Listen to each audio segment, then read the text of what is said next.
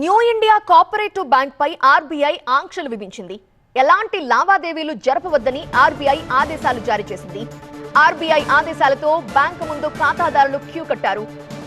తమ సేవింగ్స్ ని విత్డ్రా చేసుకునేందుకు ఖాతాదారులు ఒక్కొక్కరిగా బ్యాంకు ముందుకు చేరి క్యూలో నిల్చుంటున్నారు. బ్యాంకుకు అధికారులు తాళం వేశారు. ఎలాంటి విత్డ్రాలు కుదరమని అధికారులు చెప్పేశారు. బ్యాంక్ ఎదుటే ఖాతాదారులు బైఠాయించారు. అంధేరిలోని విజయనగర్ బ్రాంచ్ వద్ద ఉద్రిక్తత నెలకొంది.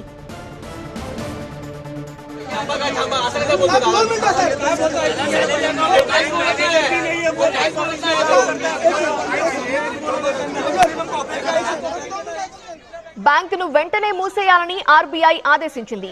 6 నెలల వరకు న్యూ ఇండియా కోఆపరేటివ్ బ్యాంక్ ఎలాంటి లావాదేవీలు జరపకూడదని తెలిపింది. సేవింగ్స్, కరెంట్ ఖాతాలే కాదు, ఎలాంటి ఇతర ఖాతాల్లోని డబ్బును విత్డ్రా చేయడానికి కానీ డిపాజిట్ చేయడానికి కానీ వీల్లేదని తెలిపింది. ఉదయం నుండి బ్యాంక్ ఎదుట ఖాతాదారులు వేచి చూస్తున్నారు.